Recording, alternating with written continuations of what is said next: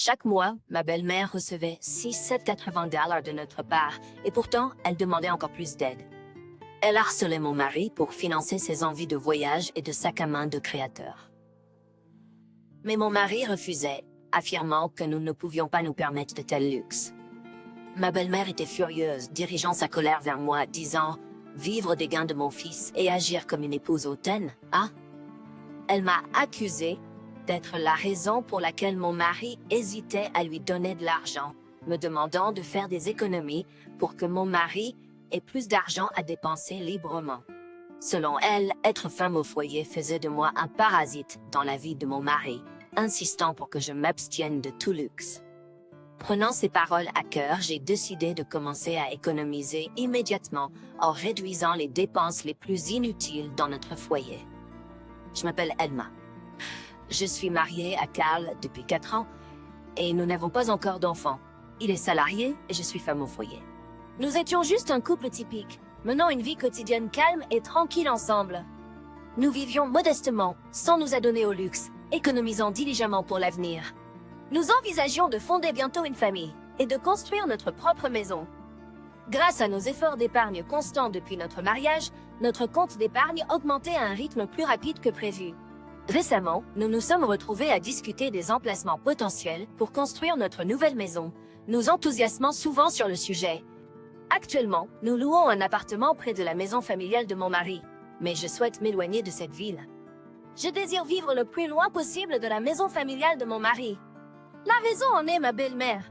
Il y a 2 ans, mon beau-père est décédé, la laissant vivre seule, et elle est soudainement devenue incapable de travailler en raison de jambes faibles. Par conséquent, elle a demandé de l'aide financière à mon mari, ce à quoi, après en avoir discuté en couple, nous avons accepté de lui envoyer 680 $ par mois. Honnêtement, 680 $ n'est pas une petite somme.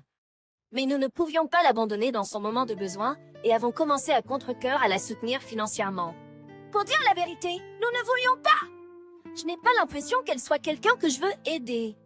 Ma belle-mère et moi ne nous entendons pas, et même après 4 ans de mariage, nous entretenons toujours une relation tendue. Nous n'avons pas construit une bonne relation.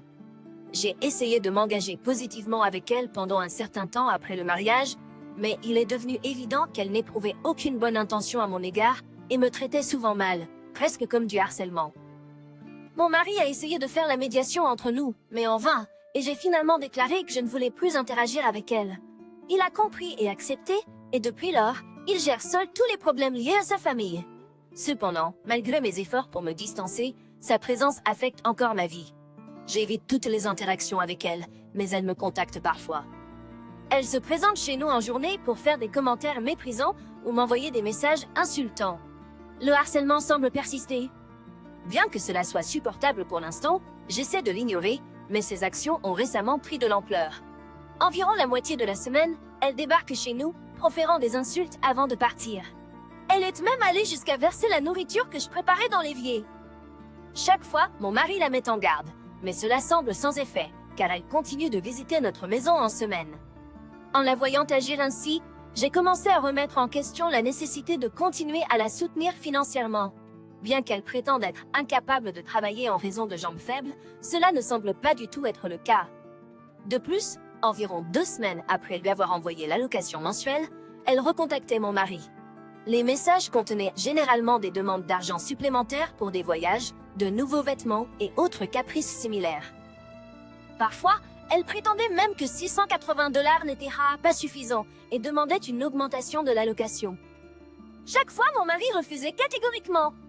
Pourtant, en tant que sa mère, il ne pouvait pas la repousser complètement et lui achetait parfois des cadeaux dans le cadre de ses dépenses discrétionnaires à l'occasion de son anniversaire ou de la fête des mères. Mais ces demandes semblaient ne pas avoir de fin. Récemment, elle a demandé à mon mari un sac à main de designé à 2000 $, ce qui l'a stupéfié et il a fermement rejeté la demande. Vraiment? Je ne sais pas quoi faire avec elle.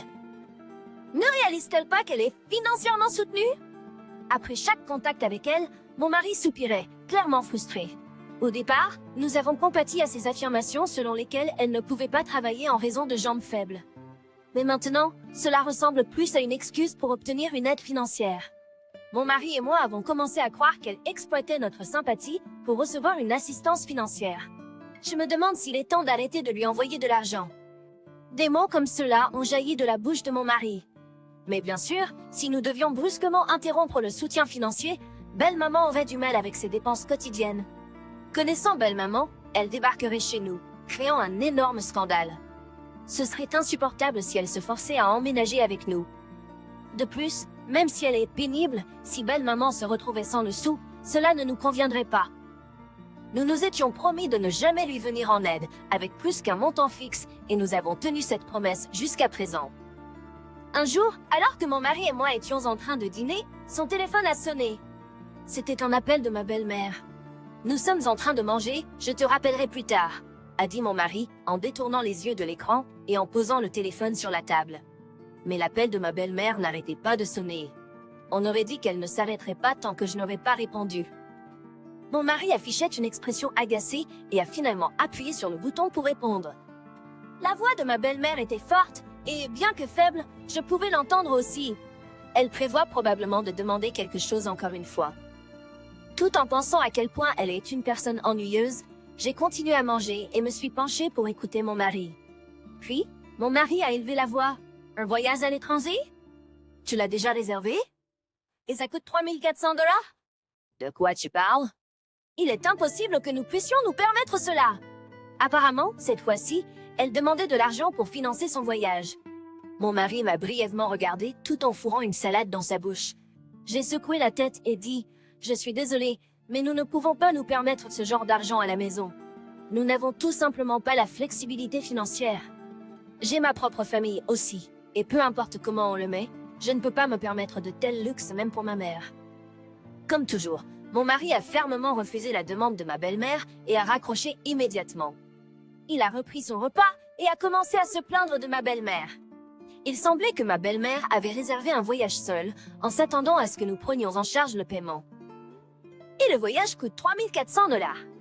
C'est un montant ridicule. Récemment, son harcèlement envers moi a augmenté, et nous avons conclu qu'il était nécessaire d'avoir une conversation sérieuse avec ma belle-mère. Nous avons promis de rendre visite à ma belle-mère le week-end prochain pour en discuter. Le lendemain, après le départ de mon mari pour le travail, ma belle-mère est venue chez moi pendant que je faisais le ménage. Dès son arrivée, ma belle-mère a commencé à m'accuser de manière agressive. « C'est toi qui as dit à mon fils de ne pas m'aider financièrement, n'est-ce pas ?» s'est-elle exclamée. « Toi, la belle fille avide !» Elle doit vraiment être en colère d'avoir été refusée pour une aide financière pour le voyage. Ma belle-mère a commencé à me crier des mots durs soudainement. J'ai répondu calmement. Nous vous aidons déjà avec 680 $ par mois. Nous ne pouvons pas nous permettre de fournir de l'argent pour des activités de loisirs. Si vous voulez jouer, pouvez-vous s'il vous plaît travailler et payer vous-même? Je pensais dire quelque chose de raisonnable, mais mes paroles ne l'ont rendue que plus en colère, et elle m'a regardé plus férocement. Là, elle a commencé à crier contre moi, en piétinant furieusement. Sansu, vivant des revenus de mon fils et agissant tout puissant. C'est sûrement de ta faute si mon fils hésite à m'aider, parasite. Elle continuait à crier sans arrêt. Étant femme au foyer, je ne suis pas une parasite vivant des revenus de mon mari. Si je n'étais pas là, mon mari pourrait offrir plus d'aide financière à elle, ai-je expliqué, essayant de rester calme. Elle a vivement exposé ses poings tout en crachant de la salive. À cause de toi, mon fils a moins d'argent à dépenser. Ce n'est pas comme toi, la femme avide, qui est restreinte tout en vivant luxueusement en parasite, n'est-ce pas? Tu devrais économiser plus pour que mon fils puisse avoir plus d'argent à dépenser. Elle exigeait que je renonce à tous les luxes. Même si j'écoutais calmement, ces demandes déraisonnables me mettaient en colère.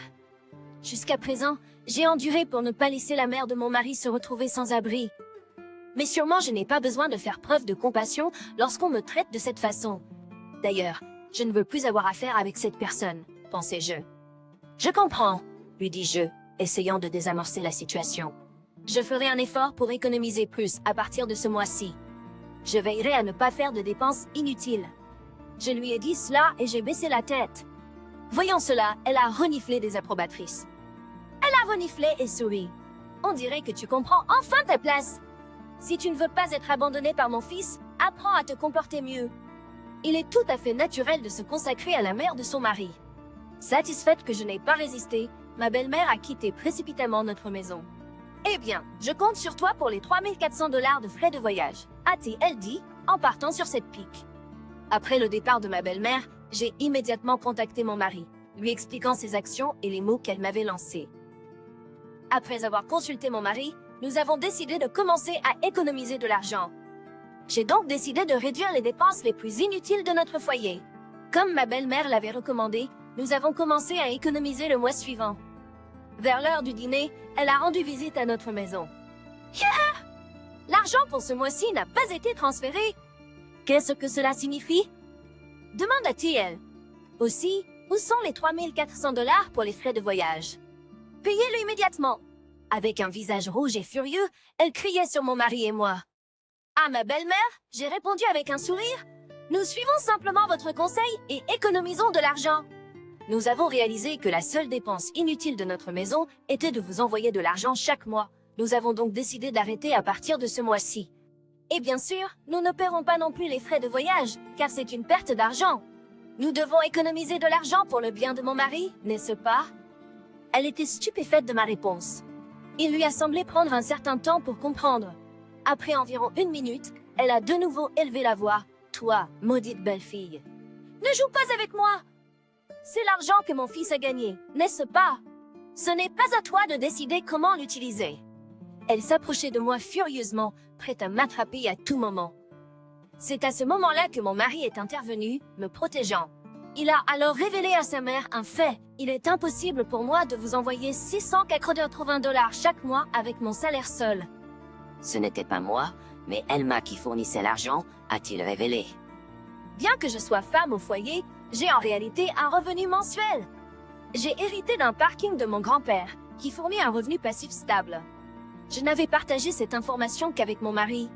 Les gens avaient eu tendance à devenir envieux ou à essayer de profiter lorsqu'ils apprenaient en l'existence du revenu passif, causant des problèmes, comme ma mère me l'avait averti lorsque j'ai hérité du parking. Sûrement, si une personne comme ma belle-mère le savait, elle demanderait de l'argent sans hésitation. Donc, j'ai gardé cette information pour moi et j'utilisais ce revenu pour envoyer de l'argent à ma belle-mère. Après avoir appris la vérité, ma belle-mère est restée silencieuse. Étant donné qu'elle m'avait intimidée, moi qui lui envoyais de l'argent tout ce temps, elle a dû avoir quelques pensées. Soudain, elle a commencé à sourire et à s'excuser, essayant de sauver la face. « Oh chérie, tu aurais dû me le dire plus tôt !»« C'est ma faute. Je suis désolée d'avoir été en colère. »« Désormais, nous devrions bien nous entendre, » a-t-elle dit.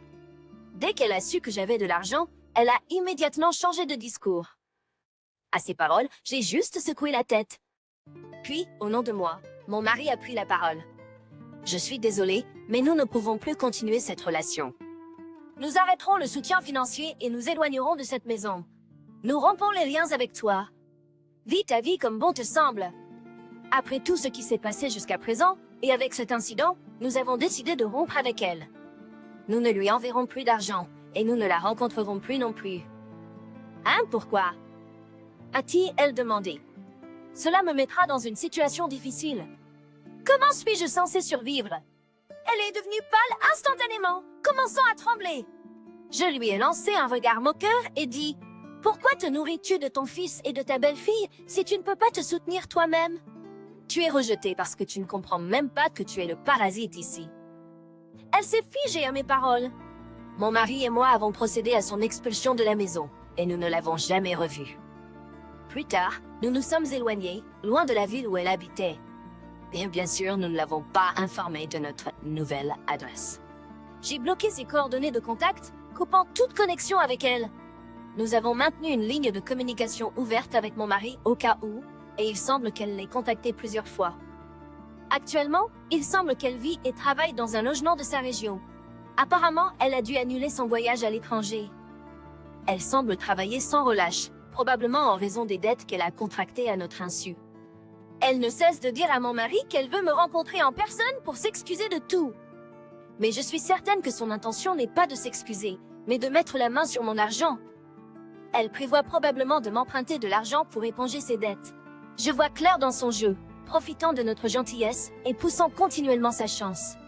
C'est typique d'elle. La vie sans elle a été heureuse pour nous en tant que couple. Nous avons réfléchi à pourquoi nous n'avons pas pris cette décision plus tôt, mais tout est bien qui finit bien. La prochaine fois, nous la verrons probablement à ses funérailles. Merci d'avoir regardé la vidéo jusqu'au bout. Si le contenu vous a parlé, veuillez laisser une note positive et un commentaire.